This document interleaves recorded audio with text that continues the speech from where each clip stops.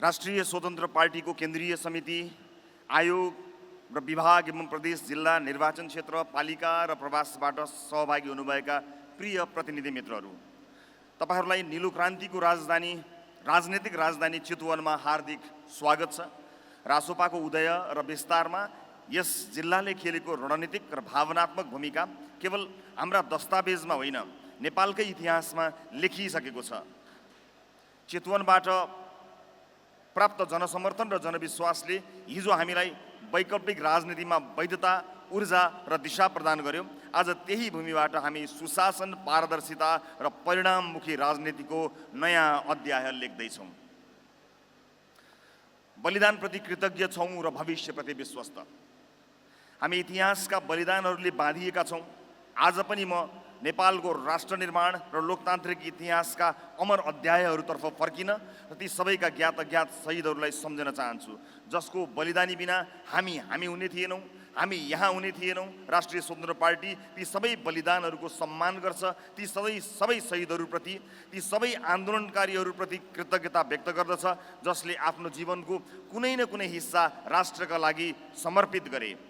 हामी पुराना राजनीतिक दलहरूका व्यथिति र विकृतिको भण्डाफोर गरेर यहाँ आइपुगेका हौँ, तर इतिहासलाई मेटाउने, विकृत गर्ने वा राजनीतिक स्वार्थका लागि अपमान गर्ने अकृतज्ञतालाई रासोपामा कुनै स्थान हुने छैन। यो बलिदानमाथि राजनीति गर्ने र शहीदको भागभण्डा गर्ने पार्टी हुने छैन। कसैले श्रेय पाउँछ भनेर एक शताब्दीभन्दा लामो निरङ्कुश शासन विरुद्ध आवाज उठाएको 2007 सालको क्रान्ति हाम्रा लागि कम पवित्र छैन। उपलब्धिको जसुकैले पाए पनि 46 सालको आन्दोलनप्रति हामीलाई सम्मान र गर्व छ। 62-63 को आन्दोलन र त्यसका सार्थक उपलब्धिको रक्षा गर्दै बलिदानको अवमूल्यन हुन दिने छैनौँ। महिला, दलित, मधेसी, जनजाति, आदिवासी आन्दोलनहरूको बलिदान र समावेशितामा त्यसको ऐतिहासिक योगदान धेरै पुरानो पनि भएको छैन। हामी इतिहासका कृतज्ञ उत्तराधिकारी हुन चाहन्छौँ। केही महिना अघि मात्र युवा आह्वानमा भएको ऐतिहासिक जेन्जी विद्रोहको चेतना र ऊर्जा समेत हाम्रो आगामी यात्राको मार्गदर्शक बन्नेछ। आजको उपलब्धि, चेतना र परिवर्तनको आधार तयार गरेका हिजोका त्याग, सङ्घर्ष र योगदानलाई उच्च सम्मान गर्दै हामी यो सङ्कल्प गर्दछौँ कि कुनै बलिदान खेर जाने छैन। भविष्यले न्याय, सुशासन, समावेशिता र समृद्धि पर्खेको छ। हामी देशलाई त्यहाँ पुर्याउँछौँ। 4 वर्षमा शून्यबाट सिंहदरबारसम्म। आज यो ऐतिहासिक दस्तावेजमा म यो तथ्य रेकर्ड गराउन चाहन्छु कि हामी राजनीतिमा किन आयौँ। यसको जवाफले हामीलाई लक्ष्यबाट विचलित हुन दिने छैन। रासोपा स्थापना कालका सबैजसो साथीहरूले कुनै परम्परागत राजनीतिक पृष्ठभूमि थिएन।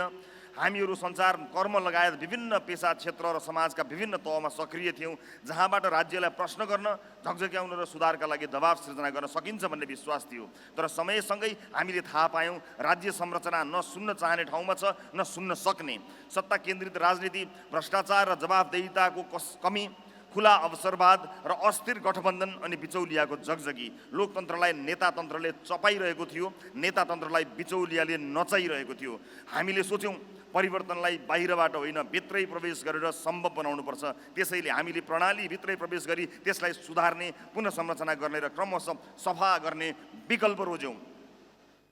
छोटै सही नयाँ शक्तिको प्रयास र विवेकशील अभियानको नागरिक केन्द्रित हस्तक्षेपले राजनीतिलाई तरङ्गित त पारे, तर बदल्न सकेनन्। तर दलहरूको अपराजेय मानिएको सिन्डिकेटलाई हराएर काठमाडौँ महानगरपालिकाको मेयरमा बालेन्द्र शाहले विजय गरेर देखाउनु भयो। परम्परागत दलहरूप्रति जनता अब विद्रोहका लागि तयार छन् भन्ने कुरा स्थापित गर्नुभयो। तर सजिलो भने भएन। हरेक राजनीतिक आन्दोलनका संस्थापकहरूले जस्तै हामीले पनि ठुलो अविश्वास, आलोचना र उपहास बेहोर्यौँ। सदस्य त परको कुरा भयो, नेता बनिदिन पनि कोही तयार थिएनन्।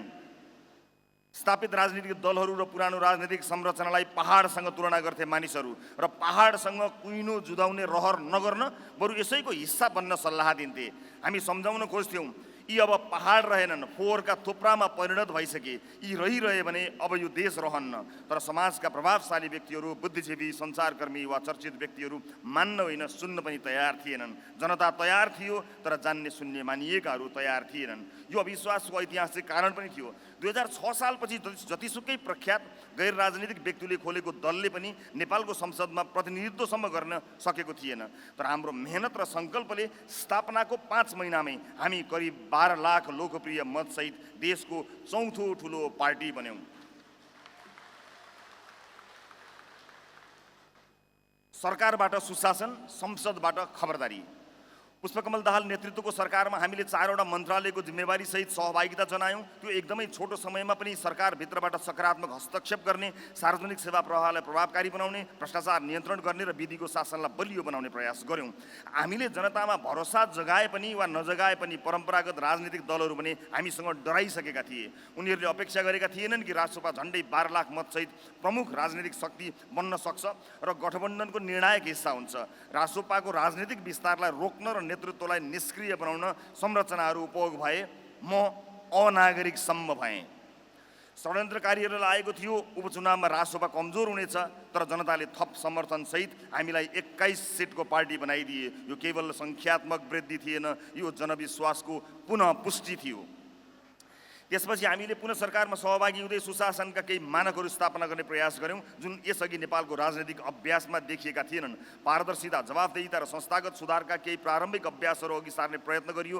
गन्दा 2 पटक भए पनि सरकारमा हामी करिब 5 महिना मात्र रह्यौँ, तर त्यही छोटो अवधि पनि हामीले सत्ता सञ्चालन होइन, सत्तामा सकारात्मक हस्तक्षेप गर्ने प्रयास गऱ्यौँ। सुशासनलाई व्यवहारमा उतार्ने, राज्य संयन्त्रलाई नागरिकप्रति जवाफदेही बनाउने र विधिको शासन स्थापित गर्ने अभियानलाई प्राथमिकता दियौँ। वर्षौँदेखि कानुनभन्दा माथि ठानिएकाहरूलाई कानुनको दायराभित्र ल्याउने साहसिक प्रयास गऱ्यौँ। शक्तिशाली पहुँचवाला वा प्रभावशाली जोसुकै भए पनि कानुन सबैका लागि समान रूपमा लागू गर्नुपर्छ भन्ने सिद्धान्तलाई व्यवहारमा प्रमाणित गर्न खोज्यौँ। राज्य शक्तिको इच्छाले होइन, विधि र संस्थाले चल्नुपर्छ भन्ने मान्यतालाई स्थापित गर्ने अभियान अगाडि बढायौँ। सुशासन, पारदर्शिता र जवाफदेहिताको मागले स्थापित शक्ति केन्द्रहरूलाई चुनौती दिन थाल्यो।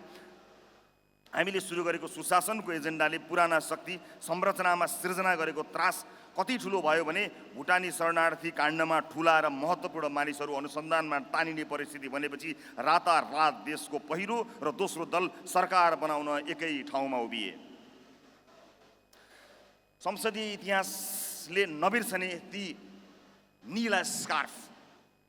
राजसभाका सांसदहरू कोही पनि पेशेवर राजनीतिबाट आएका थिएनौँ। व्यवसाय, सञ्चार, नागरिक समाज, विभिन्न पेसाबाट आएका हामीले संसदमा नयाँ राजनीतिक संस्कृतिको प्रयास गऱ्यौँ। नियमित उपस्थितिसँगै सुशासनका लागि दबाव र नीतिगत बहसमा जोड दियौँ। युवा पुस्ताको अपेक्षा र निराशालाई संसदमा आवाज दियौँ। संसदलाई जनताको आवाज बोल्ने, सरकारलाई जवाफदेही बनाउने र सुशासनको पक्षमा दबाव सृजना गर्ने मञ्चका रूपमा प्रयोग गर्ने प्रयास गऱ्यौँ। नयाँ पुस्ताको आशा, परिवर्तनको आकाङ्क्षा र राजनीतिक शुद्धिकरणको बहसलाई स्थापित गर्ने कोसिस गऱ्यौँ। हाम्रो त्यति सानो सङ्ख्याले पनि 2/3 दम्भ, कुशासन, अहङ्कार र राजनीतिक प्रतिशोध विरुद्ध ऐतिहासिक प्रतिरोध गर्यो। सङ्ख्यात्मक रूपमा थोरै भए पनि विचार, साहस र समर्थनका हिसाबले हामी 2/3 भन्दा पनि माथि भयौँ। घाँटीमा निलो स्कार्फ बाँधेका ती सांसदहरू नेपालको संसदीय इतिहासमा लोकतन्त्र, सुशासन र नागरिक आवाजको पक्षमा दृढतापूर्वक उभिएका प्रतिनिधिका रूपमा सधैँ सम्झिइनेछन्। हामीले संसदलाई केवल औपचारिक बहसको थलो बन्न दिएनौँ, यसलाई जनजागरणको मोर्चा बनायौँ। जनताका आवाज, पीडा, आशा र अपेक्षालाई संसदभित्र बुलन्द गऱ्यौँ। राज्य सत्ताको दुरुपयोग, भ्रष्टाचार, व्यथिति र राजनीतिक प्रतिशोध विरुद्ध निरन्तर प्रश्न उठायौँ। संसदभित्रको हाम्रो उपस्थिति केवल विपक्षी भूमिकामा सीमित रहेन, बरु नागरिक चेतना जगाउने, सरकारलाई जवाफदेही बनाउने र लोकतान्त्रिक मूल्यहरूको रक्षा गर्ने अभियान बन्यो। राजसभामाथि निर्णायक षड्यन्त्र, शिरमै कुल्चन राज्यका 3वटै अङ्गको दुरुपयोग। 2081 साउनमा नेकपा एमाले र नेपाली काङ्ग्रेसको सरकार बनेसँगै रासोपा र ममाथि नाङ्गो राजनीतिक प्रतिशोध सुरु भयो र त्यसका लागि संस्थागत संयन्त्रहरू प्रयोग भए। संसदीय छानबिन विशेष समितिको निष्कर्ष विपरीत सहकारी ठगी, सङ्गठित अपराध र सम्पत्ति शुद्धिकरण जस्ता अनुचित आरोपहरू लगाइए। एकपछि अर्को गरी नयाँ मुद्दा थपेर अभियोजन विस्तार गरियो। रातारात जेल स्थानान्तरण गरियो। अन्तिम इच्छा समेत सोधियो। हामी विरुद्ध राज्यका 3 अङ्गको दुरुपयोग भयो। व्यवस्थापिकामा संसदीय छानबिन समितिको निर्णयलाई राजनीतिक उपकरण बनाइयो। कार्यपालिका त अत्याचारको कारखाना नै भयो। न्यायपालिकाको समेत दुरुपयोग भयो। चयनात्मक न्याय भयो। हाम्रो पार्टी र नेतृत्वलाई यति कुटिल र जटिल कानुनी राजनीतिक र संस्थागत चक्रव्यूहमा फसाइएको थियो कि षड्यन्त्रकारीहरू राजसभा सकियो भन्ने निष्कर्षमा पुगेका थिए। सबै ढोकाहरू बन्द भएपछि हामी जनताको अदालतमा गयौँ। 40 लाखभन्दा बढी नागरिकले यो राजनीतिक प्रतिशोध विरुद्ध हस्ताक्षर नै गरेर ऐक्यबद्धता जनाए। त्यो षड्यन्त्र नै थियो, राजनीतिक प्रतिशोध नै थियो र यो हाम्रा विरुद्ध देशकै सबैभन्दा ठुलो साङ्गठनिक आपराधिक राजनीतिक अपराध थियो भनेर सिङ्गो देशले मान्यो, किनकि त्यो षड्यन्त्रमा सहभागी लगभग कोही पनि अहिलेको संसदमा दोहोरिएर आउन सकेनन्। जेन्जी विद्रोह वर्षौं जमेको फोहोरी तलाउमा युवा आक्रोश। भदौ 23 र 24 गतेको जेन्जी विद्रोह केवल सामान्य असन्तोष थिएन, यो वर्षौंदेखि जमेर बसेको असमानता, भ्रष्टाचार, दण्डहीनता र अविश्वासको फोहोर तलाउमा भएको जनताको विस्फोट थियो। लामो समयदेखि दबाइएका जनआक्रोश, असन्तुष्टि र परिवर्तनको आकाङ्क्षाको सामूहिक अभिव्यक्ति थियो। दीर्घ असन्तोषलाई तुरुन्त विस्फोट गराउने एउटा ट्रिगर बिन्दु भने ओली सरकारले सामाजिक सञ्जालमाथि लगाएको प्रतिबन्ध भयो। 23 गतेको प्रदर्शनमा युवाहरूको हत्यापछि जनताको आक्रोश इतिहासमा कहिल्यै नदेखिएको ध्वंसमा प्रकट भयो। राजनीतिक संरचनाले स्थिरता, सुशासन र जनविश्वास निर्माण गर्न असफल भएको लामो समय भइसकेको थियो। दशकौंदेखिको शासन प्रणालीगत कमजोरी, भ्रष्टाचार, असमानता र अवसरको अभावले ढिलो छिटो सङ्गठित प्रक्रिया माग्थ्यो नै, तर यति ठुलो विध्वंसको अनुमान कसैको थिएन। राजनीतिक दलहरू पारदर्शिता, जवाफदेहिता र परिणाममुखी शासन दिन असफल भइरहँदा राज्य र नागरिक बीच दूरी बढेको थियो। भ्रष्टाचार व्यक्तिगत थिएन, संरचनागत समस्या बनिसकेको थियो। अवसरको कमी, शिक्षा र श्रम बीच असन्तुलन, बेरोजगारी र वैदेशिक पलायनले युवामा देशभित्र भविष्य छैन भन्ने मनोविज्ञान विकास भइसकेको थियो। एकातिर राजनीतिक अस्थिरता र सत्ता केन्द्रित संस्कार, अनि अर्कातिर सूचनाको युग र चेतनाको विस्तार बीच द्वन्द्व हुनु नै थियो। विश्वसँग आफूलाई तुलना गर्न थालेको डिजिटल पुस्ता, पारदर्शी शासन, जवाफदेही नेतृत्व, अवसरमा समान पहुँच, भ्रष्टाचार मुक्त राज्य संरचना, नीति स्थिरता र परिणाममुखी विकास चाहन्थ्यो। तर केपी ओलीको सरकारले त्यो वास्तविकतासँग कुनै सरोकार राखेन। नेकपा एमाले र नेपाली काङ्ग्रेसको गठबन्धन सरकारसँग संसदमा करिब 2/3 बहुमत थियो। यो शक्तिलाई सरकारले आत्मविश्वास होइन, अहङ्कारका लागि प्रयोग गर्यो। जनताका भावना, युवा पुस्ताका आकाङ्क्षा र समाजमा विकसित भइरहेको नयाँ राजनीतिक चेतनालाई बुझ्न होइन, होच्याउन र नियन्त्रण गर्न खोज्यो। दशकौंदेखि स्थिर नीति र जवाफदेही नेतृत्वको अभाव, शासकीय असक्षमता, भ्रष्टाचार र दण्डहीनताले थुप्रिएको जनताको आक्रोशलाई ओली सरकारको कुशासनले ज्यामितीय गतिमा बढायो। हामीमाथिको राजनीतिक प्रतिशोध विरुद्ध 40 लाखभन्दा बढी नेपालीले हस्ताक्षर गरे। ती हस्ताक्षरको सङ्केत र सन्देश पनि सरकारले बुझ्न चाहेन। अन्ततः शासकहरू हेलिकप्टर चढेर भागे। संसद भङ्ग भयो र चुनावका लागि सुशीला कार्कीको नेतृत्वमा अन्तरिम सरकार बन्यो। हामी मिल्यौँ र इतिहास रच्यौँ। राजनीतिका नाममा सानो दायरामा सीमित दोकान चलाउने कि फराकिलो दृष्टिकोण, समावेशी व्यवहार र दीर्घकालीन सोचसहित मुलुककै नेतृत्वको लागि अग्रसर हुने भन्ने मोडमा हामीले दोस्रो विकल्प रोज्यौँ। त्यतिखेर म जेलमा थिएँ, तर नेपालका परिवर्तन चाहने सबै राजनीतिक शक्तिहरूसँग संवादमा थिएँ। हामी विभाजित रह्यौँ भने पुरानो स्थापित शक्तिले पुनः भ्रम, फन्डा र संरचनात्मक अवरोध खडा गर्छन् र चुनाव पनि हुन दिन्नन् भन्ने मेरो निष्कर्ष थियो। म जेलबाट बाहिर आएपछि विभिन्न वैकल्पिक धारहरू, सुशासन, समानता र परिवर्तनका पक्षधरहरूलाई एकै ठाउँमा ल्याउने पहल अझ तेज भयो। ऐतिहासिक लिगेसी भएका विवेकशील आन्दोलनका साथीहरू, वैकल्पिक राजनीति आन्दोलनसँग जोडिएका समूहहरू, स्थानीय सुशासन सक्रिय नेतृत्वहरू, सामाजिक न्यायका आन्दोलनहरूमा साथीहरू, थरुवट आन्दोलनका प्रतिनिधिहरू, दलित आन्दोलनका साथीहरू, सबैसँग साझा राजनीतिक भविष्यका लागि विस्तृत संवाद भयो। राष्ट्रिय स्वतन्त्र पार्टीलाई एकता र समायोजनको मार्गमा अगाडि बढाइयो, जसले पार्टीको दायरा मात्र होइन, यसको वैचारिक गहिराई र सामाजिक आधारहरूले विस्तार गर्यो। वैकल्पिक राजनीतिक आन्दोलनका अग्रज उज्जवल थापाको अगुवाईमा सुरु भएको वैकल्पिक राजनीति आन्दोलनको विरासत राजसपाको पुँजी भयो। उज्यालो नेपाल पार्टीको एउटा समूह, नयाँ शक्तिका संस्थापक केही नेता, नागरिक उन्मुक्तिको प्रभावशाली समूह, हाम्रो पार्टी नेपाल तथा थरुवट थारुवान आन्दोलनका विभिन्न हिस्साको समायोजनले पनि राजसपाको आकार बढायो। अवज्ञा र विद्रोहको प्रतीक बन्नुभएका, कुशासनसँग एक्लै लड्ने साहस देखाउनुभएका, काठमाडौँ महानगरको नेतृत्व मार्फत विकास निर्माणको भूमिका निर्वाह गर्नुभएका, जेन्जी आन्दोलनका क्रममा प्रधानमन्त्रीको प्रस्ताव समेत अस्वीकार गरेर नैतिक मानक कायम गर्नुभएका बालेन शाह र उहाँ आबद्ध स्वतन्त्र साथीहरूसँगको समायोजनले देशमा ठुलो तरङ्ग ल्यायो। विभिन्न वैकल्पिक धार, आन्दोलन र नेतृत्वहरूको यो समायोजन केवल राजनीतिक गठबन्धन थिएन, बरु सुशासनको साझा दृष्टि, भ्रष्टाचार विरुद्धको साझा सङ्घर्ष, युवा पुस्ताको प्रतिनिधित्व र प्रणालीगत परिवर्तनको साझा प्रतिबद्धता थियो। यस एकीकृत प्रयासको परिणामस्वरूप भएको निर्वाचनमा जनताले अभूतपूर्व समर्थन जनाउँदै करिब 2/3 ऐतिहासिक जनादेश प्रदान गरे। विश्व राजनीतिमा पनि 4 वर्षभन्दा कम समयमै कुनै राजनीतिक शक्तिले यस्तो स्तरको सफलता हासिल गरेको उदाहरण दुर्लभ छ। यो केवल चुनावी विजय होइन, यो जनताको परिवर्तनप्रतिको विश्वास, पुराना प्रणालीप्रतिको अस्वीकार र नयाँ राजनीतिक युगको घोषणा हो। हामी अलग अलग हुन्थ्यौँ भने यो सम्भव हुने थिएन। अब यो जनादेशलाई केवल राजनीतिक विजयका रूपमा होइन, बरु सुशासन, पारदर्शिता र प्रणालीगत सुधारको वास्तविक शासन अभ्यासमा रूपान्तरण गर्ने ऐतिहासिक जिम्मेवारी हाम्रो काँधमा आएको छ। विश्वास रोपिएको र आशा जगाइरहेको सरकार। पार्टी वरिष्ठ नेता बालेन्द्र शाहको नेतृत्वमा रासोपाको सरकार बनेको धेरै भएको छैन, तर सरकारका नीतिगत र प्रशासनिक पहलहरू सुशासन, पारदर्शिता, जवाफदेहिता र विकास केन्द्रित राज्य संरचनाको दिशामा अग्रसर छन्। हालैका बजेट र नीति कार्यक्रमका सुधारले दीर्घकालीन रूपमा राज्यको संस्थागत क्षमता, नागरिक विश्वास र लोकतान्त्रिक प्रणालीको सुदृढीकरणमा योगदान पुर्याएका छन्। सुशासन सुदृढीकरण र सेवा प्रवाह सुधार। सरकारले सार्वजनिक सेवा प्रवाहलाई प्रभावकारी, छरितो र पारदर्शी बनाउन विभिन्न प्रशासनिक डिजिटल सुधारहरूको थालनी गरेको छ। सरकारी सेवा प्रणालीमा रहेको ढिलासुस्ती, प्रक्रियागत जटिलता र अनावश्यक मध्यस्थता घटाउने उद्देश्यसहित सेवा प्रवाह सुधारलाई प्राथमिकता दिएको छ। यसले नागरिक राज्य सम्बन्धलाई थप प्रत्यक्ष, सहज र उत्तरदायी बनाउने आधार तयार गरेको छ। दण्डहीनताको अन्त्य र कानुनी शासन। जेएनजी आन्दोलनका क्रममा भएका घटनामा संलग्न व्यक्तिहरूलाई कानुनी दायरामा ल्याउने प्रक्रिया अगाडि बढाइएको छ। राज्यमा विद्यमान दण्डहीनताको संस्कृतिलाई अन्त्य गर्ने र कानुन सबैका लागि समान हुन्छ भन्ने सिद्धान्तलाई व्यवहारमा लागू गर्ने सरकारको यो कदमले न्यायप्रतिको जनअपेक्षा सम्बोधन गरेको छ। उच्चपदस्थ व्यक्तिहरूको सम्पत्ति छानबिन। पूर्व तथा वर्तमान उच्चपदस्थ व्यक्तिहरूको सम्पत्ति छानबिन गर्न उच्चस्तरीय आयोग गठन गरिएको छ। यसले राज्य सञ्चालनमा पारदर्शिता, उत्तरदायित्व र जवाफदेहितालाई संस्थागत गर्नेछ। यसले दीर्घकालीन रूपमा भ्रष्टाचार नियन्त्रण र सार्वजनिक विश्वास पुनर्स्थापनाको आधार तयार गर्नेछ।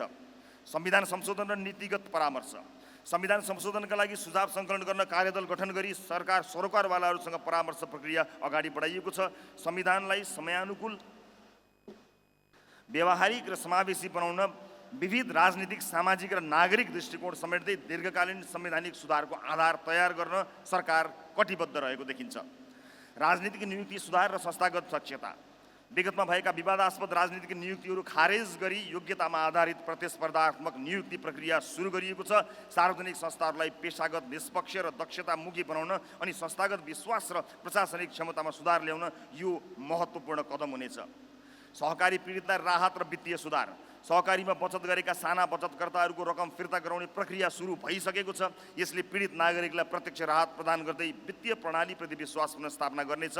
वित्तीय अनुशासन र बचतकर्ताको सुरक्षा सुनिश्चित गर्ने दिशामा यो महत्त्वपूर्ण नीतिगत पहल हो। सार्वजनिक सम्पत्ति संरक्षण। सरकारी तथा सार्वजनिक जग्गा संरक्षणका लागि सम्बन्धित आयोगहरूको प्रतिवेदन कार्यान्वयनमा ल्याइएको छ। यसले सार्वजनिक सम्पत्तिको अतिक्रमण रोक्ने, राज्य स्रोतको दुरुपयोग नियन्त्रण गर्ने र दीर्घकालीन सम्पत्ति व्यवस्थापन सुधार गर्ने उद्देश्य बोकेको छ। बिचौलिया नियन्त्रण र पारदर्शिता।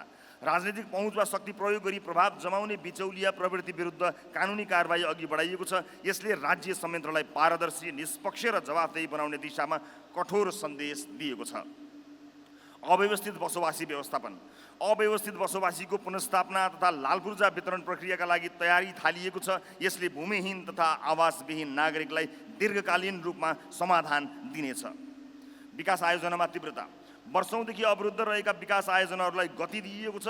यसले आर्थिक गतिविधि विस्तार, रोजगारी सिर्जना र विकासको प्रत्यक्ष लाभ जनस्तरसम्म पुर्याएको छ। रासोपाको वैचारिकी सामाजिक लोकतन्त्र। एकतरी आलोचक हुनुहुन्छ जो कहिल्यै हाम्रा दस्तावेज नहेरी सधैँ भन्नुहुन्छ कि रासोपासँग विचार छैन। हो, हामी परम्परागत वामपन्थी वा दक्षिणपन्थी होइनौँ र जानी बुझी त्यो राजनीतिक ध्रुवीकरणमा सीमित छैनौँ। कुनै पनि कठोर वैचारिक चौघेरालाई होइन, हामी व्यवहारिक, विवेक सम्बद्ध, आवश्यकता र यथार्थमा आधारित दृष्टिकोणलाई प्राथमिकता दिन्छौँ। पुराना वैचारिक ढाँचाहरूले मानव समाजलाई दिएको ऐतिहासिक योगदान, अनुभव र सकारात्मक अभ्यासलाई हामी सम्मान गर्छौँ, तर तिनलाई व्यवहारिक उपयोगिता र सामाजिक न्यायको तुलोमा चाहिँ जोख्छौँ। निजी क्षेत्रको प्रोत्साहन, लगानी मैत्री वातावरण र प्रतिस्पर्धामा हामी कसैलाई दक्षिणपन्थी लगाउँला? आधारभूत स्वास्थ्य सेवा र शिक्षा सबै नागरिकका लागि राज्यको सुनिश्चित गर्नुपर्छ भन्दा वामपन्थी देखिउँला? स्टार्टअप, निजी उद्यम र बजार स्वतन्त्रताले प्रोत्साहनले हामीलाई नदेखाएको वामपन्थी श्रमिक अधिकार, न्यूनतम ज्याला र सामाजिक सुरक्षा ग्यारेन्टीले देखाउला। हामी राज्य, समाज र अर्थतन्त्रलाई कुनै एकल वैचारिक ढाँचाबाट होइन, मिश्रित, सन्तुलित र परिस्थिति अनुकूल दृष्टिकोणबाट अगाडि बढाउनुपर्छ भन्ने मान्यता राख्छौँ। हामी आँखा जचाएर चस्मा बनाउनुपर्छ भन्छौँ, चस्मा अनुसारको आँखा होइन। प्रिय प्रतिनिधि मित्रहरू, अब म प्रस्तावित नीति विचारबारे संक्षेपमा चर्चा गर्छु।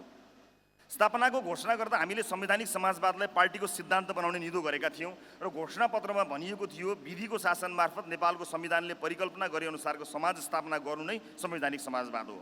जलेश्वर बैठकले पारित गरेको प्रस्तावनामा शान्तिपूर्ण मार्गबाट नै समाजवादका प्रधान लक्ष्यहरू संविधानमा निर्दिष्ट गरी तदानुकूल राष्ट्रिय नीति तथा कार्यक्रमका आधारमा राज्य सञ्चालनको अठोटलाई संवैधानिक समाजवादको रूपमा व्याख्या गर्दै अप्रिय ऐतिहासिक विरासतका रूपमा विद्यमान लैङ्गिक, जातीय, वर्गीय, क्षेत्रीय लगायत सबै प्रकारका संरचनात्मक विभेद विरुद्ध निर्णायक सम्बोधन गर्न अवसरहरूको न्यायिक वितरण, पहुँच र उपयोगमा जोड दिइनेछ भनिएको थियो। रासोपाका हालसम्म जे जति दस्तावेज आए तिनमा संवैधानिक समाजवादको प्रष्ट व्याख्या गरिएको थिएन, सिद्धान्तका रूपमा मात्रै स्वीकारिएको थियो। तर यसबारे केही जायज प्रश्नहरू थिए। संविधान स्वीकार सहित त्यसभित्र रहेर गतिविधि गर्नु मात्रै संवैधानिक संविधानवाद हो या यसको छुट्टै नीति, योजना र कार्यक्रम हुन्छ? संविधानमा समाजवाद लेखिएकै भरमा यही प्रणालीबाट समाजवादमा पुग्न सकिन्छ कि सकिँदैन? सकिन्छ भने कसरी, सकिन्न भने किन? संविधान तत्कालीन राजनीतिक शक्तिहरू बीचको सम्झौताको दस्तावेज हो जसमा पर्याप्त संशोधनका मागहरू उठिरहेका छन्। अर्थात् जनचाहनाको दृष्टिकोणले संविधानले सधैँ पूर्णता माग्दछ। संशोधनका गुन्जायसहरू हरेक 5-10 वर्षमा देखा परिहाल्छन्। यसरी समय समयमा संशोधन गर्न अपरिहार्य हुने दस्तावेजलाई वादकै रूपमा स्वीकार गर्दा कसरी लक्ष्यमा पुगिएला? यी जायज प्रश्नहरूबाट प्रष्ट जवाफ खोजिरहँदा आज हामी संविधानलाई नै वाद वा सिद्धान्तका रूपमा अङ्गीकार गर्न उपयुक्त नहुने निष्कर्षमा पुगेका छौँ। यसको अर्थ संविधानप्रतिको अस्वीकार्यता कदापि होइन। हो चाहिँ के भने देशको संविधान र दलको नीति, विचार, सिद्धान्त दुई अलग विषयहरू हुन् र राजनीतिक रूपमा हालसम्म प्राप्त उपलब्धिको स्थायित्व र सुदृढीकरण, नेपालको वर्तमान आर्थिक सामाजिक परिस्थिति र नागरिकले आशा गरेको राज्यको आधारभूत चरित्रको विश्लेषणका आधारमा हामीले सामाजिक लोकतन्त्रलाई पार्टीको मूल राजनीतिक सिद्धान्तको रूपमा अङ्गीकार गर्ने निष्कर्ष निकालेका छौँ। प्रिय प्रतिनिधि मित्रहरू, हामी लोकतान्त्रिक मूल्य, प्रतिस्पर्धात्मक अर्थतन्त्र, बलिया संस्था, उत्तरदायी शासन र सामाजिक र समावेशी समाजलाई एकअर्काका पूरक मान्छौँ। हाम्रो लक्ष्य केवल सरकार बनाउने होइन, राज्यको चरित्र बदल्ने हो। केवल सत्ता प्राप्त गर्ने होइन, नागरिकको विश्वास पुनर्स्थापित गर्ने हो। भावी पुस्ताका लागि सक्षम, समृद्ध र न्यायपूर्ण नेपाल निर्माण गर्ने हो। माथि प्रस्तावित सामाजिक लोकतन्त्र सोशल डेमोक्रेसी विचारधाराको सैद्धान्तिक अवधारणाभित्र रही स्वतन्त्रता, समृद्धि, सुशासन र सामाजिक न्याय सुनिश्चित गर्नका लागि हाम्रो राजनीतिक दर्शन 5 मूल आधार स्तम्भमा व्याख्या गर्न चाहन्छु। 1. प्रतिस्पर्धात्मक उदार अर्थतन्त्र, कम्पिटिटिभ लिबरल इकोनोमी। गरिबीको वितरणबाट होइन, समृद्धिको सृजनाबाट मात्र राष्ट्र धनी बन्छ। आर्थिक विकासको मुख्य स्रोत राज्य होइन, नागरिकको सृजनशीलता, श्रम, पुँजी, ज्ञान र उद्यमशीलता हो। रासोपा यस्तो अर्थतन्त्र निर्माण गर्न चाहन्छ जहाँ राज्यले निष्पक्ष नियम बनाओस्, प्रतिस्पर्धा सुनिश्चित गरोस् र अवसरको ढोका खोलोस्, तर व्यापार र उत्पादन नागरिक तथा निजी क्षेत्रले गरोस्। हामी उद्यमशीलतालाई सम्मान, लगानीलाई सुरक्षा, नवप्रवर्तनलाई प्रोत्साहन र श्रमलाई प्रतिष्ठा दिने आर्थिक व्यवस्था निर्माण गर्न चाहन्छौँ। हाम्रो दृष्टिमा आर्थिक स्वतन्त्रता केवल व्यापारको विषय होइन, यो नागरिक स्वतन्त्रताको पनि महत्त्वपूर्ण आयाम हो। समग्रमा प्रतिस्पर्धात्मक उदार अर्थतन्त्रले बजारको गतिशीलता र समाजको समानताको लक्ष्यलाई एकैसाथ अघि बढाउने प्रयास गर्छ। प्रतिस्पर्धात्मक उदार अर्थतन्त्रमा 1. मूल्य निर्धारण, उत्पादन र वितरण बजारका शक्तिहरूले निर्धारण गर्छन् जसको दक्षता र नवप्रवर्तन बढाउँछ। आर्थिक गतिविधिबाट उत्पन्न असमानता घटाउन राज्यबाट कर, अनुदान र सामाजिक सुरक्षा कार्यक्रम सञ्चालन गरिन्छ। 2. निजी स्वामित्वको मान्यता, उद्यमशीलता, लगानी र निजी सम्पत्तिको अधिकारलाई प्रोत्साहन गरिन्छ। एकाधिकार, कार्टेल र बजार दुरुपयोग रोक्न कानुनी तथा संस्थागत नियमन गरिन्छ। 3. न्यूनतम पारिश्रमिक, सुरक्षित कार्यव्यय वातावरण र श्रम अधिकार सुनिश्चित गरिन्छ। आर्थिक स्थायित्व र दिगो विकास, मुद्रास्फीति नियन्त्रण, रोजगारी वृद्धि र दीर्घकालीन आर्थिक सन्तुलनमा ध्यान दिइन्छ। 5. राज्य र निजी क्षेत्रबीच सहकार्य मार्फत विकास परियोजना र सेवा प्रवाह अघि बढाइन्छ। आर्थिक वृद्धिलाई मात्र होइन, मानव जीवनको गुणस्तर सुधारलाई केन्द्रमा राखिन्छ। दोस्रो, विधिको शासन र संस्थागत पद्धति, rule of law and institutionalized order. व्यक्तिको सदिच्छाले होइन, संस्थाको स्थायित्वले राष्ट्र अगाडि बढ्छ। इतिहासले देखाएको छ कि कमजोर संस्था भएको समाज अत्यन्त भ्रष्टाचार, अराजकता र समाजमा कमजोर संस्था भएको समाजमा अन्ततः भ्रष्टाचार, अराजकता र निराशा बढ्छ। नेपालमा संस्थाहरूलाई राजनीतिक दल, गुट वा व्यक्तिको प्रभावबाट मुक्त गर्न नसक्दा लोकतन्त्रप्रतिको जनविश्वास कमजोर भएको छ। रासोपाको विश्वास छ कि कानुन सबैका लागि समान हुनुपर्छ। न्याय, प्रशासन, सुरक्षा निकाय तथा संवैधानिक संस्थाहरूले राजनीतिक प्रभावभन्दा माथि उठेर काम गर्न सक्नुपर्छ।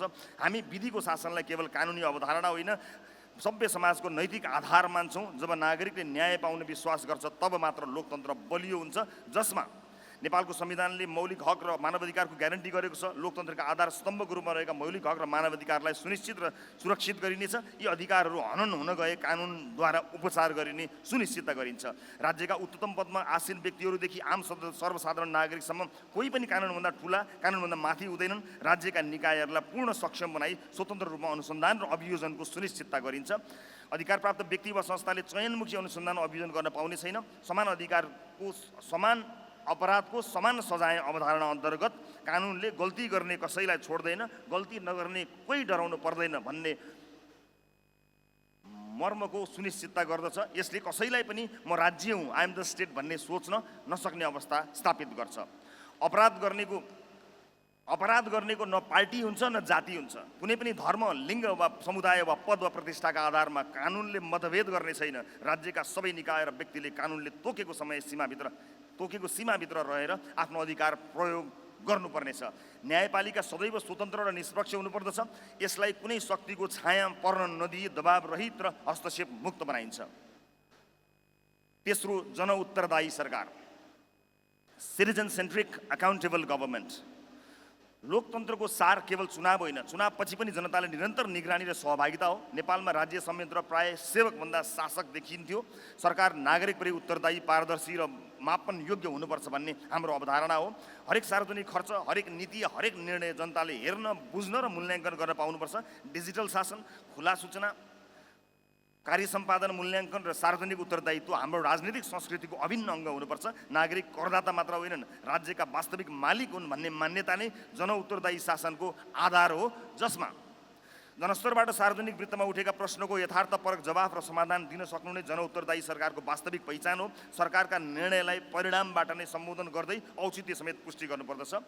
जनगुनासो सुन्ने प्रभावकारी संयन्त्र अनिवार्य हुनुपर्छ। सरकारका नीति र नागरिकको समस्याबीच बलियो पुल बन्न सक्ने पारदर्शी संरचनाहरूले नै जनउत्तरदायी सरकारको परिचय दिन्छ। साथै सूचनाको हक प्राप्त गर्ने नागरिकको अधिकार सदैव सुनिश्चित हुनुपर्छ। यी सबै कार्यहरूमा पारदर्शिता अनिवार्य शर्त हुनुपर्दछ। जनउत्तरदायी सरकारले रचनात्मक प्रश्नहरूको सदैव सम्मान गर्दछ। आम सञ्चार माध्यम, विपक्षी दल तथा नागरिक समाजबाट प्राप्त हुने रचनात्मक आलोचना र प्रश्नलाई ससम्मान स्वागत गर्दछ। सार्वजनिक पदमा रहेका व्यक्तिहरूले आफ्नो पदको दुरुपयोग गर्न पाउने छैनन्। आफू पदमा रहँदा आफूबाट भएका कमजोरीहरूको जिम्मेवारी लिने र भए गरेका काम गैर कानुनी भए कानुन बमोजिम सजायको समेत भागीदार हुनुपर्दछ। जनउत्तरदायी सरकारले संविधानले तोकेको समयमा स्वस्थ, धाँधली रहित निर्वाचन सम्पन्न गर्दछ। यसरी हुने निर्वाचन जनताले निर्भीकतापूर्वक आफूलाई मन परेको दल वा प्रतिनिधि चुन्ने सार्वभौम अधिकारको सम्मान र संरक्षण गर्छ। 4, लोक कल्याणकारी राज्य, अ जस्ट वेलफेयर स्टेट। हामी न त अनियन्त्रित बजारवादमा विश्वास गर्छौँ, न त राज्य नियन्त्रित अर्थतन्त्रमा। हामी न त अनियन्त्रित बजारवादमा विश्वास गर्छौँ, न त राज्य नियन्त्रित अर्थतन्त्रमा। आर्थिक स्वतन्त्रतासँगै सामाजिक सुरक्षा र समान अवसरको प्रत्याभूति आवश्यक छ।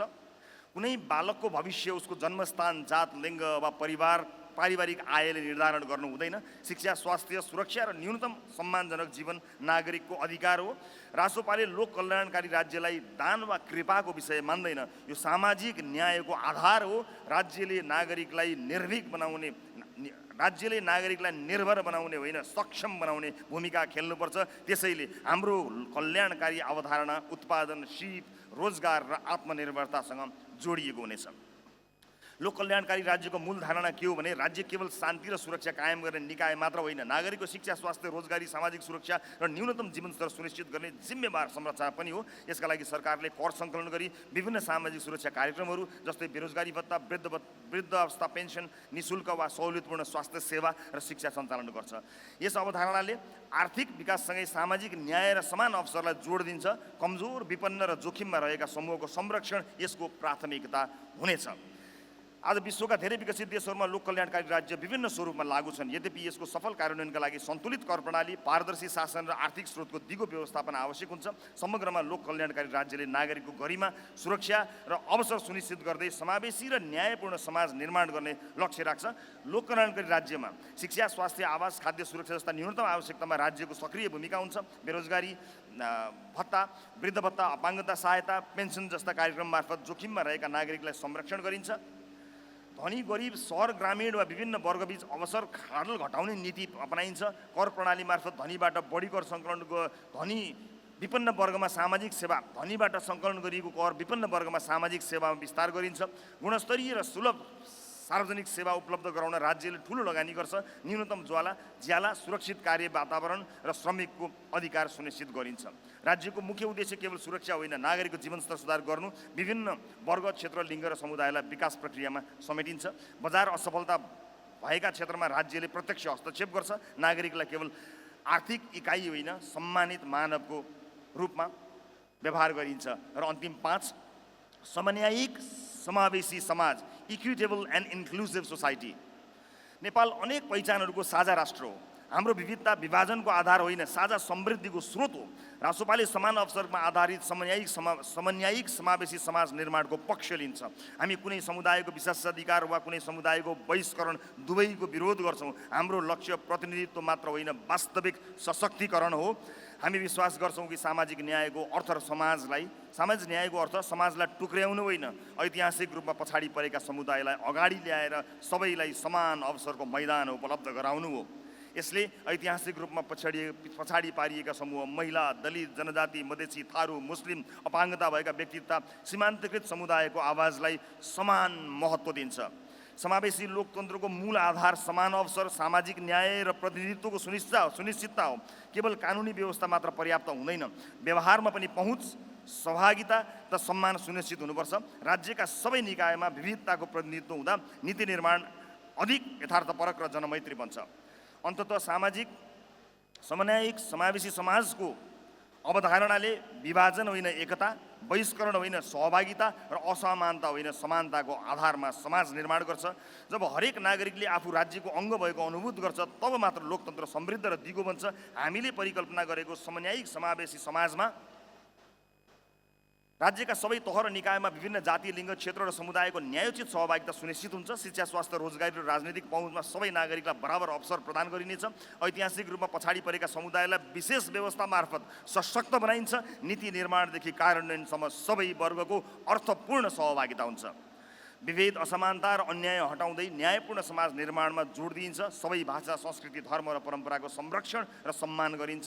शासन प्रणाली खुला, जवाफदेही र जनमुखी हुन्छ। सबै नागरिक कानुनको नजरमा समान हुन्छन् र कानुन निष्पक्ष रूपमा लागू हुन्छ।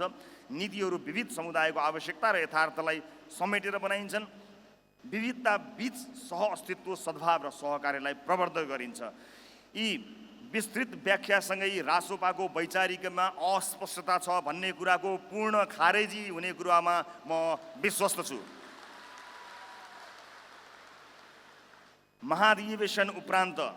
यो पहिलो महाधिवेशन उपरान्त राष्ट्रिय स्वतन्त्र पार्टीको मूल राजनीतिक सिद्धान्त सामाजिक लोकतन्त्र, सोसियल डेमोक्रेसी हुनेछ। पार्टीका सम्पूर्ण दस्तावेजहरूमा यस मूल राजनीतिक सिद्धान्त सामाजिक लोकतन्त्र, सोसियल डेमोक्रेसीलाई समावेश गरिने कुरा म सम्पूर्ण प्रतिनिधि मित्रहरूलाई जानकारी गराउन चाहन्छु। प्रिय प्रतिनिधि मित्रहरू, हाम्रो आर्थिक दृष्टिकोण, सामाजिक न्याय सहितको उदार लोकतान्त्रिक समृद्धि। अब केही पेजहरू बाँकी छन्, तयारी गर्नु होला। हाम्रो आर्थिक दृष्टिकोण सामाजिक न्यायसहितको उदार लोकतान्त्रिक समृद्धि। राष्ट्रिय स्वतन्त्र पार्टी नेपाली राज्य र समाजलाई बहुलवादी लोकतन्त्र, विधिको शासन, नागरिक स्वतन्त्रता र सामाजिक न्यायका आधारमा पुनर्संरचना गर्दै समतामूलक समृद्धिमा लैजान प्रतिबद्ध छ। हाम्रो राजनीतिक दर्शन व्यक्तिगत स्वतन्त्रता र सामाजिक उत्तरदायित्व अनि प्रतिस्पर्धा र अवसरको समान पहुँच बीचको सन्तुलनमा आधारित छ। सामाजिक न्याय सहितको उदार अर्थतन्त्र र सामाजिक बजार अर्थव्यवस्था हाम्रो आर्थिक मार्गदर्शक सिद्धान्त हो।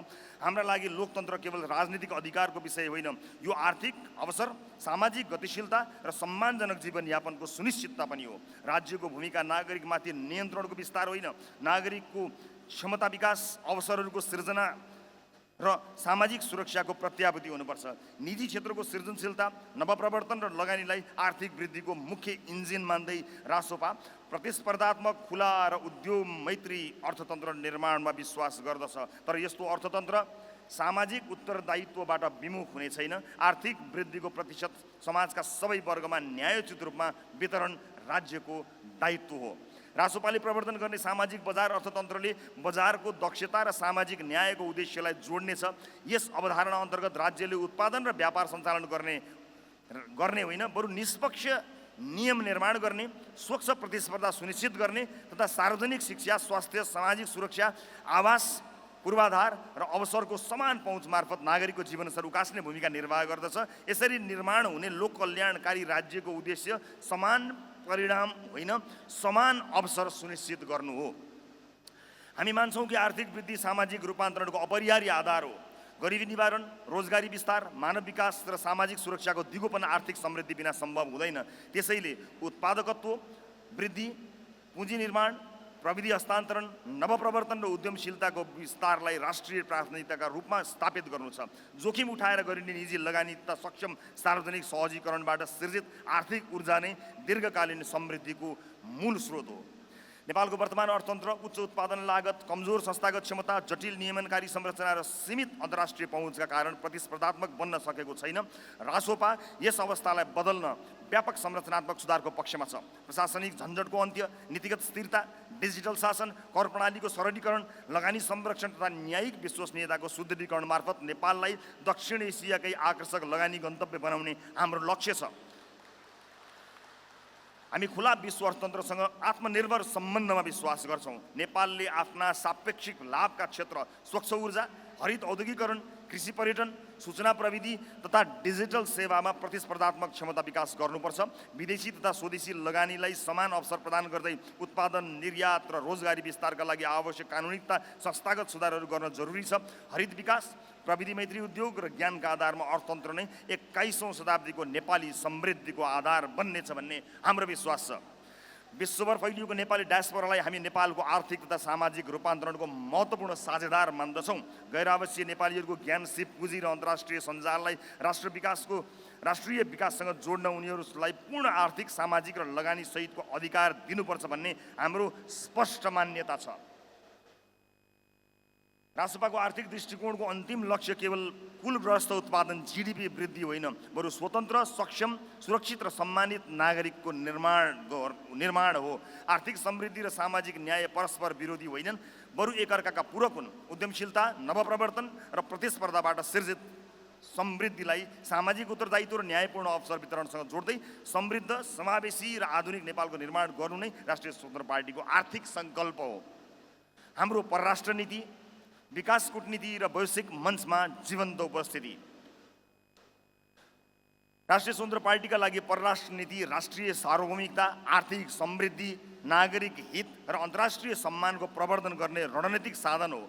नेपालको संविधानले परिभाषित गरेका राष्ट्रिय हित, स्वतन्त्रता, सार्वभौमिकता, भौगोलिक अखण्डता, राष्ट्रिय स्वाभिमान, सीमाको सुरक्षा, नागरिकको हक हित तथा आर्थिक समुन्नतिलाई परराष्ट्र नीतिको आधारभूत मार्गदर्शक मान्दै रासोपा स्वतन्त्र, सन्तुलित र राष्ट्रहित केन्द्रित परराष्ट्र नीतिमा प्रतिबद्ध छ।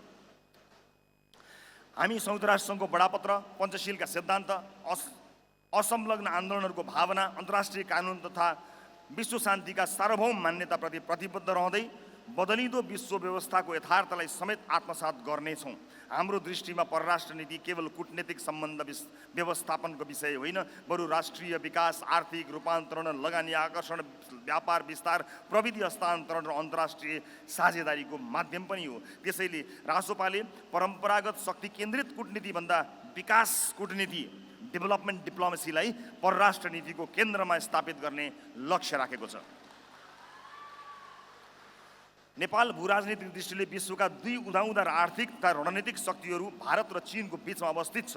यो भौगोलिक अवस्थालाई कमजोरी होइन, अवसरका रूपमा उपयोग गर्नुपर्छ र गर्न सकिन्छ भन्नेमा रासोपा विश्वस्त छ। हामी नेपाललाई प्रतिस्पर्धी प्रभाव क्षेत्रको निष्क्रिय मैदान होइन, दक्षिण एसिया र हिमालय क्षेत्रलाई जोड्ने आर्थिक, सांस्कृतिक, व्यापारिक तथा मानवीय सम्पर्कको जीवन्त पुलका रूपमा विकास गर्ने दीर्घकालीन दृष्टिकोण राख्दछौँ। हाम्रा छिमेकी राष्ट्रहरूसँगको सम्बन्ध पारस्परिक सम्मान, समानता, विश्वास र साझा हितमा आधारित हुनेछन्। भारत र चीन दुवैसँग सन्तुलित, स्थिर र व्यावहारिक सम्बन्ध कायम गर्दै व्यापार, पूर्वाधार, ऊर्जा, पर्यटन, शिक्षा, प्रविधि तथा क्षेत्रीय कनेक्टिभिटीका क्षेत्रमा सहकार्य विस्तार हाम्रो प्राथमिकता हो।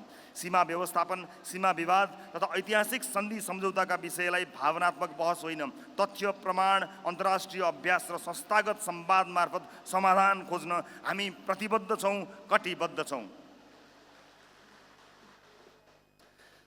रासोपा विश्वका सबै मित्र राष्ट्रहरूसँग राष्ट्रिय हित, पारस्परिक लाभ र सार्वभौमिक समानताका आधारमा सम्बन्ध विस्तार गर्ने पक्षमा छ। कुनै पनि शक्ति केन्द्रप्रति अनावश्यक झुकाव वा निर्भरता होइन, बरु विविध साझेदारी, रणनीतिक सन्तुलन र स्वायत्त निर्णय क्षमता मार्फत नेपालको अन्तर्राष्ट्रिय भूमिका सुदृढ गर्नुपर्छ भन्ने हाम्रो मान्यता छ।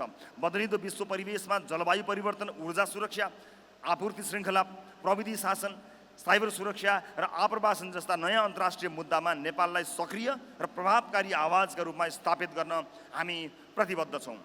विश्वभर फैलिएका नेपालीहरू नेपालको सौम्य शक्ति, सफ्ट पावरका सबैभन्दा महत्त्वपूर्ण स्रोत हुन्। रासोपा नेपाली डायस्पोरालाई केवल रेमिट्यान्सको स्रोतका रूपमा होइन, ज्ञान, सिप, नवप्रवर्तन, लगानी, अन्तर्राष्ट्रिय अनुभव र विश्वव्यापी सञ्जालको वाहकका रूपमा हेर्दछ। विदेश स्थित नेपालीहरूको बौद्धिक, आर्थिक र सामाजिक पुँजीलाई राष्ट्रिय विकाससँग जोड्न विशेष कूटनीतिक तथा नीतिगत संयन्त्र निर्माण हाम्रो प्राथमिकता हुनेछ।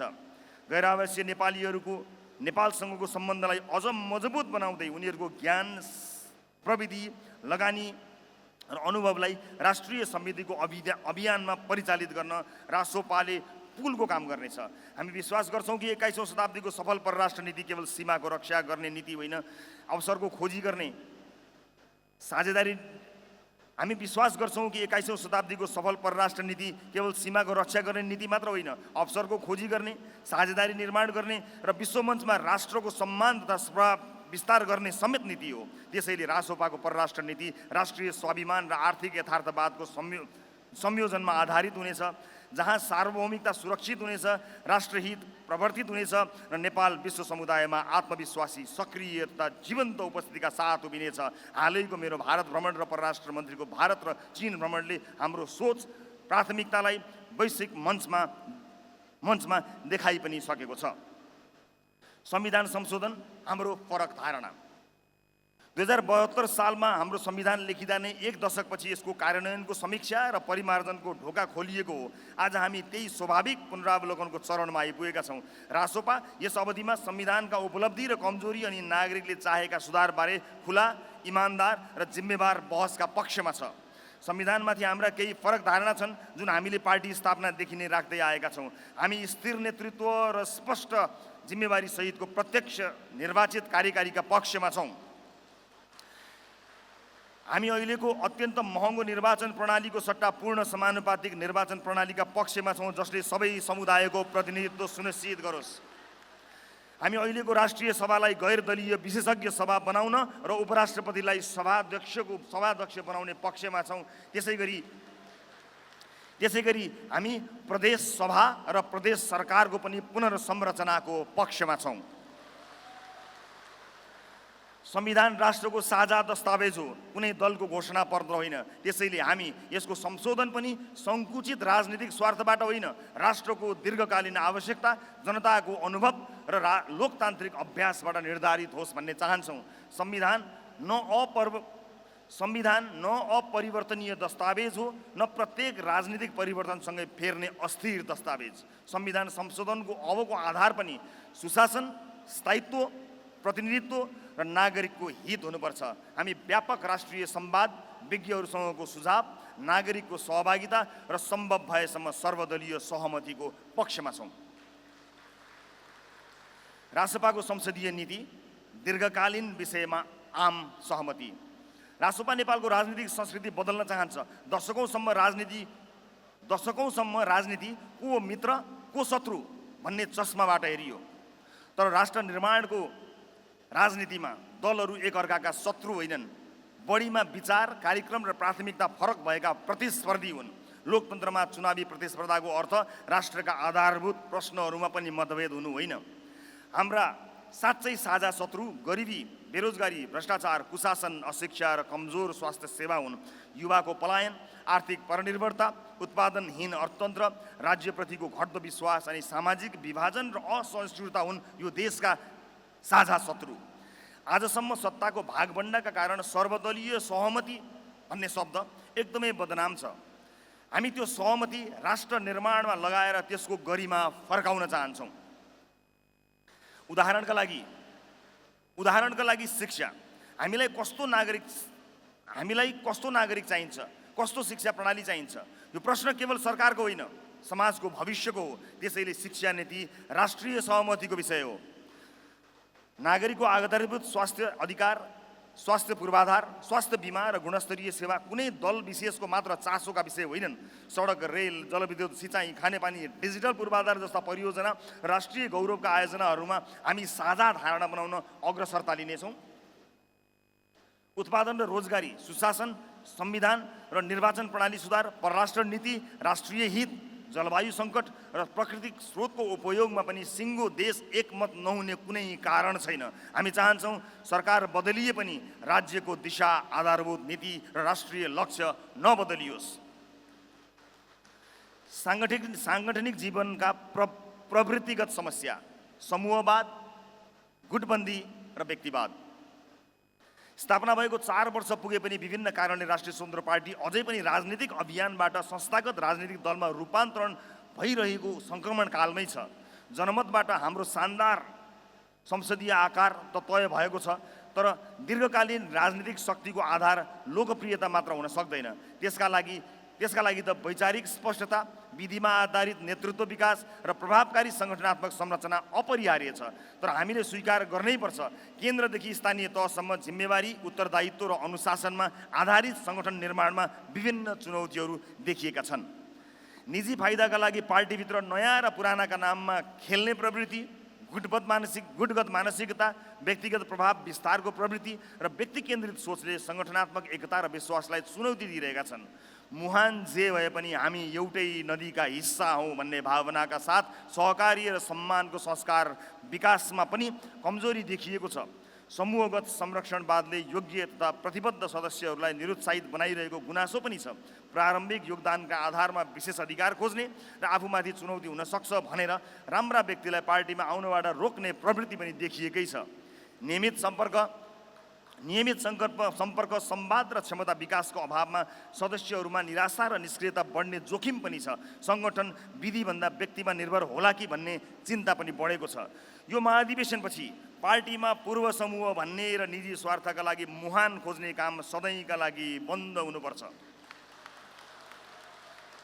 र आउँदा दिनमा नेतृत्व चयन खुला, प्रतिस्पर्धात्मक, पारदर्शी र योग्यतामा आधारित हुनुपर्छ। प्रशिक्षण, मार्गदर्शन र राजनीतिक संस्कार निर्माणलाई सङ्गठनको केन्द्रीय कार्यभार बनाउन आवश्यक छ। सङ्गठन विस्तार, सुदृढीकरण र शुद्धिकरणलाई अब समान प्राथमिकताका साथ अगाडि बढाउनुपर्छ। चाकडी होइन, उत्पादन र उद्यमसँग जोडिएका पार्टी सदस्य। राष्ट्रिय स्वतन्त्र पार्टी निर्माण गर्न खोजेको सदस्य केवल राजनीतिक गतिविधिमा सीमित व्यक्ति होइन, समाजमा मूल्य सिर्जना गर्ने, उत्पादन बढाउने र उद्यमशीलताको अभ्यास गर्ने नागरिक पनि हो। हाम्रो विश्वास छ राजनीति केवल राज्य सत्ताको अभ्यास होइन, समाज र अर्थतन्त्रको सकारात्मक रूपान्तरणको माध्यम पनि हो। त्यसैले पार्टीका सदस्यहरूलाई उत्पादन, उद्यम, नवप्रवर्तन र आत्मनिर्भरतासँग जोड्ने विशेष अभियान सञ्चालन गरिनुपर्दछ। हरेक सदस्यको राजनीतिक योगदान जति महत्त्वपूर्ण छ, उत्पादनमूलक र उद्यमशील क्षेत्रमा उसको संलग्नता पनि त्यतिकै महत्त्वपूर्ण हुनुपर्छ। पार्टीभित्र सदस्यले सङ्गठन निर्माण, जनसम्पर्क, प्रशिक्षण वा सामाजिक अभियानमा गरेको योगदानको मूल्याङ्कन हुने भए चाहिँ उत्पादन र उद्यममा गरेको योगदानको पनि अभिलेख र मूल्याङ्कन गरिने व्यवस्था विकास गरिनुपर्नेछ। यसले सदस्यलाई अनुत्पादक राजनीतिक संस्कृतिबाट सृजनशील र आत्मनिर्भर संस्कृतितर्फ लैजान प्रेरित गर्नेछ। पार्टीले पनि सदस्यहरूलाई उद्यमशीलता र उत्पादनसँग जोड्न आवश्यक सहजीकरण गर्नेछ। सिप विकास तालिम, परामर्श तथा सामूहिक उद्यमका अवसर, बजार पहुँच, लगानीकर्तासँग सम्पर्क तथा सफल अभ्यासहरूको आदान प्रदान जस्ता कार्यक्रम मार्फत सदस्यहरूलाई सक्षम बनाउने प्रयास गरिनेछ। पार्टी स्वयं व्यवसाय सञ्चालन गर्ने संस्था होइन, तर उद्यम गर्न चाहने सदस्यलाई आवश्यक जानकारी, समन्वय र सहजीकरण प्रदान गर्ने अभियानकारी शक्ति बन्नेछ। हामी यस्तो राजनीतिक संस्कृतिको विकास गर्न चाहन्छौँ जहाँ सदस्यको परिचय र प्रगति उसको पहुँच र प्रभावको झ्यालबाट होइन, उसले सिर्जना गरेको उत्पादन, स्थापना गरेको उद्यम, दिएको रोजगारी र समाजमा पुर्याएको योगदानको मूल ढोकाबाट होस्। जनताले पार्टी सदस्यलाई केवल भाषण गर्ने व्यक्तिका रूपमा होइन, आफ्नै श्रम र सिर्जनाबाट समाजमा परिवर्तन ल्याउने व्यक्तिका रूपमा देख्न सकुन्। हामी चाकडी संस्कृतिको अन्त्य र उत्पादनशील संस्कृतिको विकासमा विश्वास गर्छौँ। हाम्रा सदस्य अवसरको व्यापार गर्ने होइन, अवसर सिर्जना गर्ने व्यक्ति हुनेछन्। पार्टीले त्यस्ता सदस्यलाई पहिचान गर्ने, प्रोत्साहन गर्ने र आवश्यक सहजीकरण गर्नेछ। उत्पादन, उद्यम र श्रमसँग जोडिएको राजनीतिक सदस्य नै आत्मनिर्भर नेपाल निर्माणको बलियो आधार बन्नेछ। लिडरसिप एकाडेमी नयाँ राजनीतिक संस्कारको शिक्षालय। लोकतान्त्रिक व्यवस्थाको सफलता केवल हाम्रो संविधान वा संवैधानिक संस्थाहरूबाट सुनिश्चित हुँदैन, बरु त्यसलाई सञ्चालन गर्ने नेतृत्व क्षमता, नैतिकता, दृष्टिकोण र कार्य संस्कृतिबाट सुनिश्चित हुन्छ। नेपालमा व्यवस्था परिवर्तनका अनेक उपलब्धि भए पनि सक्षम, उत्तरदायी र परिणाममुखी राजनीतिक नेतृत्व निर्माणमा अपेक्षित प्रगति हुन सकेन। यही तितोधारतालाई स्वीकार गर्दै राष्ट्रिय स्वतन्त्र पार्टीले 2080 मङ्सिरमै जलेश्वर बैठकबाट लिडरसिप एकाडेमी स्थापना गर्ने नीति लिएको हो। लिडरसिप एकाडेमी पार्टीभित्र नेतृत्व विकास, राजनीतिक शिक्षा, व्यवस्थापकीय दक्षता तथा सुशासन सम्बन्धी ज्ञान र सिप अभिवृद्धि गर्ने संस्थागत केन्द्र हुनेछ। यसको उद्देश्य केवल उम्मेदवार उत्पादन गर्नु होइन, सार्वजनिक जीवनमा जिम्मेवारीपूर्वक काम गर्न सक्ने नैतिक, सक्षम र जनउत्तरदायी नेतृत्व तयार गर्नु हुनेछ। लिडरसिप एकाडेमीले छिट्टै कार्यविधि र पाठ्यक्रमका आधारमा सञ्चालन हुनेछ। सुशासन, सार्वजनिक प्रशासन, नीति निर्माण, नेतृत्व विकास, अर्थतन्त्र, कानुन र न्यायिक सेवा सम्बन्धी नियमित प्रशिक्षण हुनेछन्। चुनावी उम्मेदवार बन्न इच्छुक व्यक्तिहरूलाई क्यान्डिडेट क्लब तथा लिडरसिप एकाडेमी मार्फत प्रशिक्षण, मूल्याङ्कन र क्षमता विकास प्रक्रियामा सहभागी गराइनेछ। विषयविज्ञ, अनुभवी प्रशासक, शिक्षाविद तथा पेशागत नेतृत्वको सहभागितामा व्यावहारिक र सैद्धान्तिक अध्ययनको व्यवस्था गरिनेछ। सहभागीहरूको नियमित मूल्याङ्कन, कार्य सम्पादन परीक्षण र नेतृत्व क्षमताको अभिलेखीकरण गरिनेछ। नैतिकता, पारदर्शिता, उत्तरदायित्व तथा सार्वजनिक सेवाको संस्कृतिलाई प्रशिक्षणको अभिन्न अङ्ग बनाइनेछ। आवश्यकता अनुसार एकाडेमीलाई प्रदेश तथा स्थानीय तहसम्म विस्तार गर्न सकिनेछ। यसको लक्ष्य स्थानीय तहदेखि सङ्घीय तहसम्म नेतृत्व विकासको दीर्घकालीन पाइपलाइन निर्धारण मात्र होइन, पार्टीका नीति, कार्यक्रम तथा वैचारिक बहसलाई अनुसन्धान र अध्ययन मार्फत थप समृद्ध बनाउनु पनि हो। हामीलाई विश्वास छ यो एकाडेमीलाई नयाँ राजनीतिक संस्कार, योग्य नेतृत्व र परिणाममुखी शासनको विद्यालयका रूपमा पछिसम्म स्मरण गरिनेछ। पुनः स्मरण गराउन चाहन्छु, लिडरसिप एकाडेमी थोरै पढ्ने, धेरै सिक्ने एकाडेमी हो र विगतमा सिकेका खराब राजनीतिक आचरण र संस्कार चटक्कै बिर्सने अनलर्निङ एकाडेमी पनि हो। प्रिय प्रतिनिधि मित्रहरू, हामीले साबित गर्नु छ रासपा हाम्रा आलोचकहरूले भने जस्तो क्षणिक लोकप्रियतावादी शक्ति होइन, बरु यो दीर्घकालीन, संस्थागत र परिवर्तनकामी राजनीतिक शक्ति हो। हामीले प्राप्त गरेको जनमत अन्तिम उपलब्धि होइन, ठुलो यात्राको प्रारम्भिक आधार मात्र हो। त्यसलाई दीर्घकालीन जनविश्वासमा रूपान्तरण गर्न विधि, पारदर्शिता, सुशासन र समर्पण आवश्यक छ। पार्टीमा वास्तविक सुधार त्यति बेला सम्भव छ जब व्यक्तिभन्दा विधि, मभन्दा हामी र स्वार्थभन्दा साझा उद्देश्य माथि राख्ने संस्कार विकसित हुन्छ। हामी परिपक्व र परिष्कृत हुँदै जाँदा जनसमर्थनको आकार पनि निरन्तर फराकिलो भइरहेको छ। हामीले आफ्नै पौरखमा यो पार्टीलाई हुर्काएर विशाल वृक्ष बनाउँदैछौँ। हाम्रो दृढ सङ्कल्प, निरन्तरको प्रयास र जनतासँगको अटुट सम्बन्ध नै हाम्रो सबैभन्दा ठुलो शक्ति हो। त्यसैले आत्तिनुपर्ने वा निराश हुनुपर्ने कारण छैन। हामीले आलोचना र निन्दालाई हाम्रो शक्तिको बढोत्तरीको परिणाम मान्नुपर्नेछ। बरु अब पहिलेभन्दा अझ बढी ऊर्जाका साथ अगाडि बढ्ने बेला आएको छ।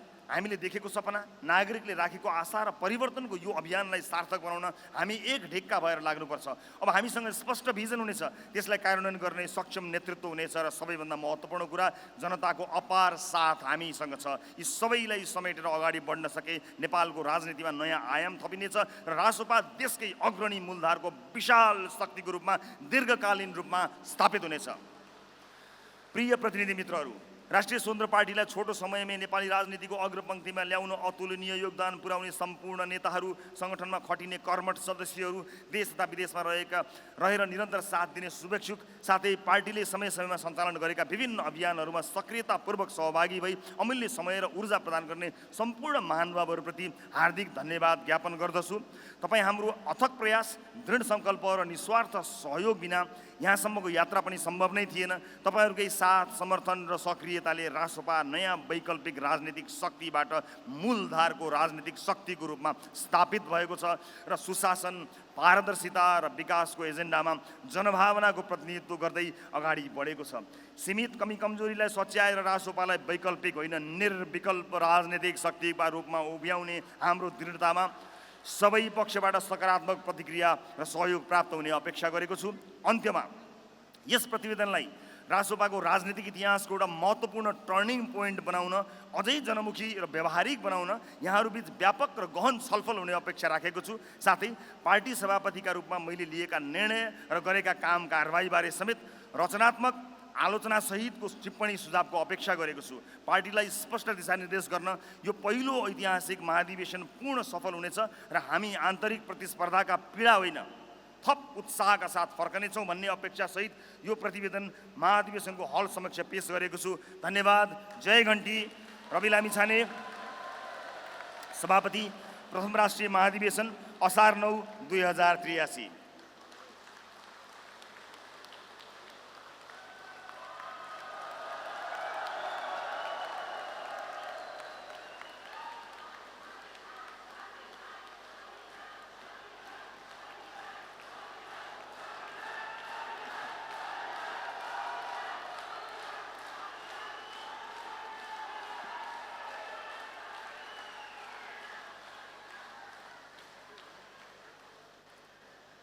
उपस्थित प्रतिनिधि साथीहरू, आज राजनीतिक सहित विभिन्न प्रस्तावहरू प्रस्तुत भएका छन्।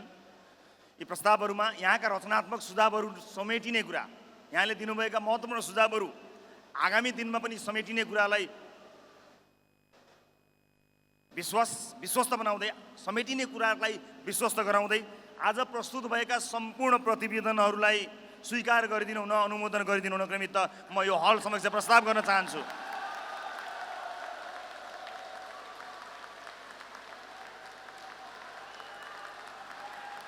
राष्ट्रिय स्वतन्त्र पार्टी, राष्ट्रिय स्वतन्त्र पार्टी, राष्ट्रिय स्वतन्त्र पार्टी। हस्, नमस्ते। जय घन्टी।